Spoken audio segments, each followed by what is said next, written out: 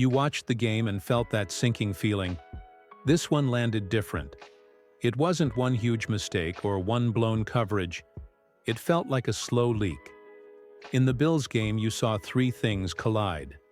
Play calling that kept leaning on curated pick style and long developing looks, an offensive line that didn't hold when it mattered, and a Patrick Mahomes game that, for his standards, was just off.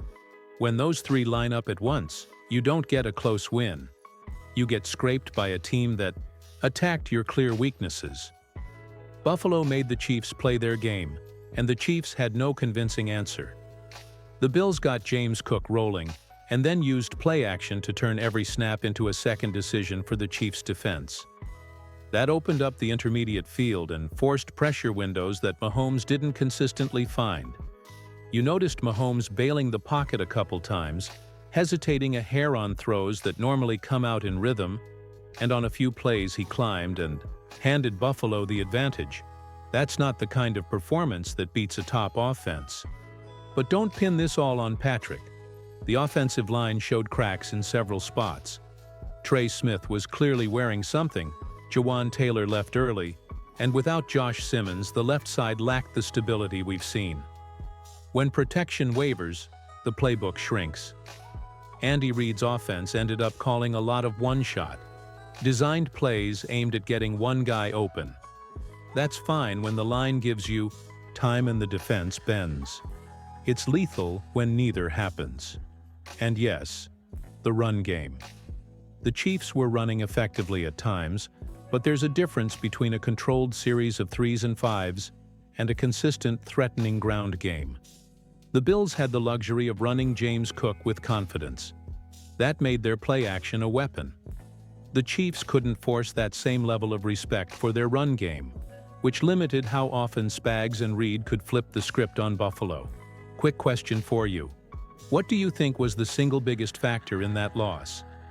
Mahomes' off game, play calling, or the O-line? Drop one word in the comments. Mahomes, calls, or O-line.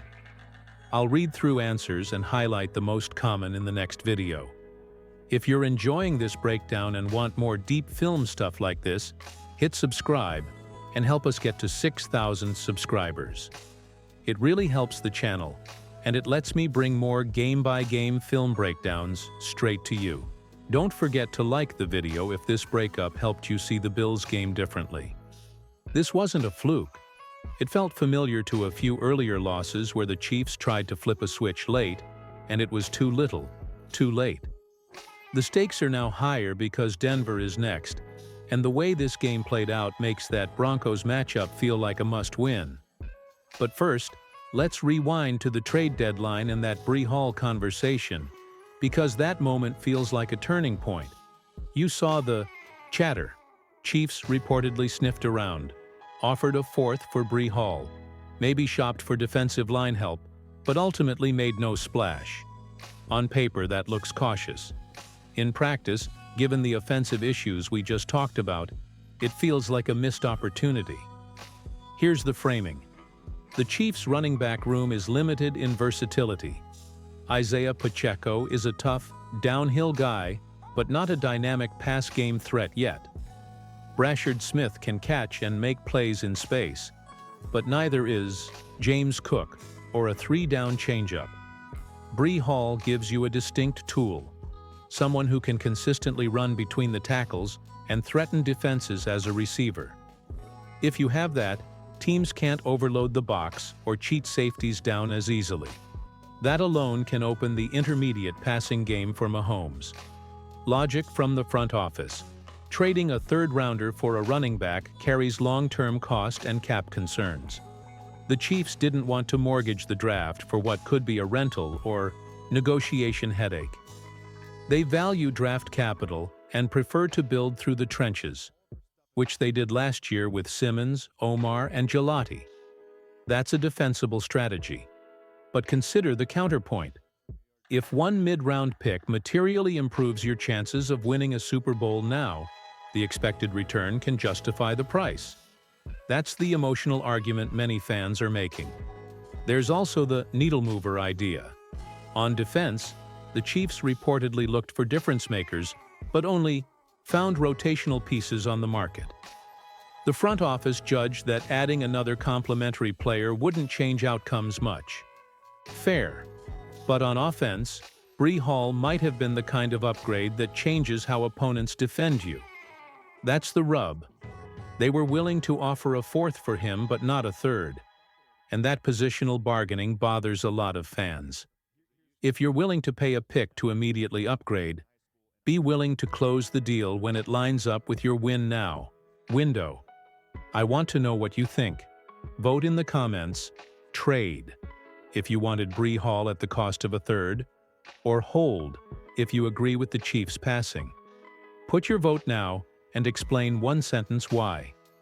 If this breakdown is useful, please hit subscribe. We're pushing for 6,000 subscribers, and every new sub helps us make more breakdowns like this. Smash the like button while you're at it. The deadline decision exposed a philosophical split. Build for sustained contention via draft and line investment, or seize an immediate lower-cost upgrade that could change game plans. Either way, that choice directly affected how the Chiefs could have attacked Buffalo's two high looks. Now let's dig into the offense itself, because that's where the tape gets really detailed. Against Buffalo, the offense felt complicated, and not in a good way.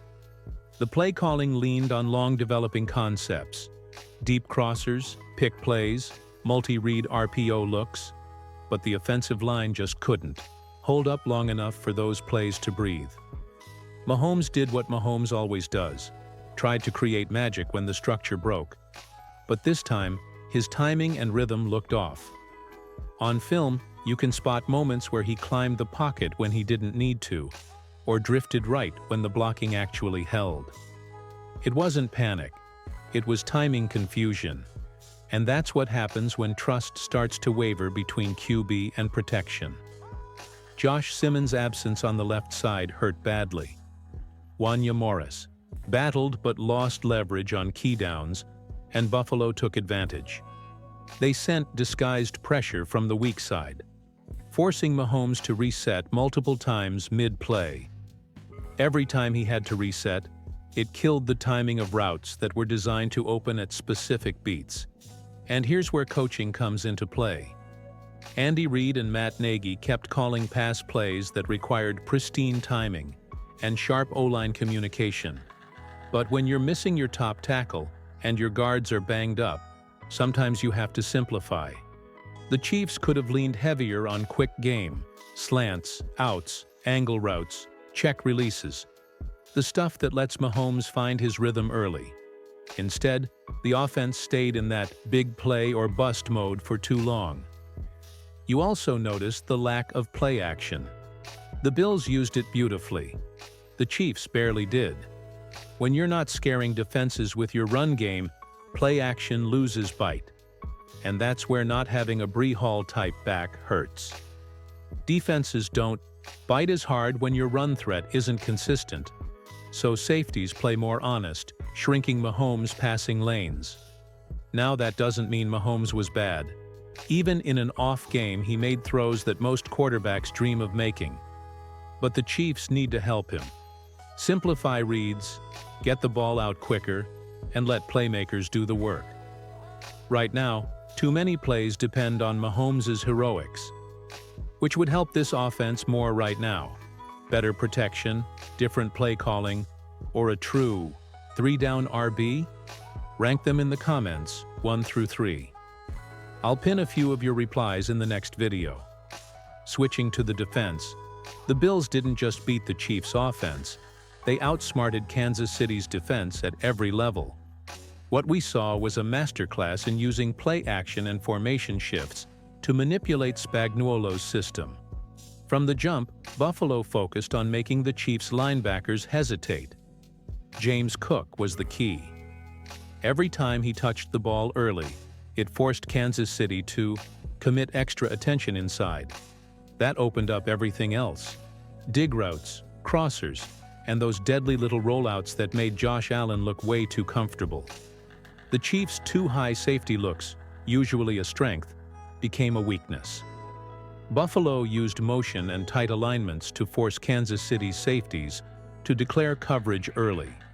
That's how Allen kept finding windows over the middle. The linebackers were frozen by the threat of the run, and the corners were late to react when Allen turned those fakes into quick strikes. Injuries and rotation depth started to show. Without Josh Simmons on the offensive side, and with the defense leaning on young players in high-leverage spots, the difference between experience and raw talent became apparent.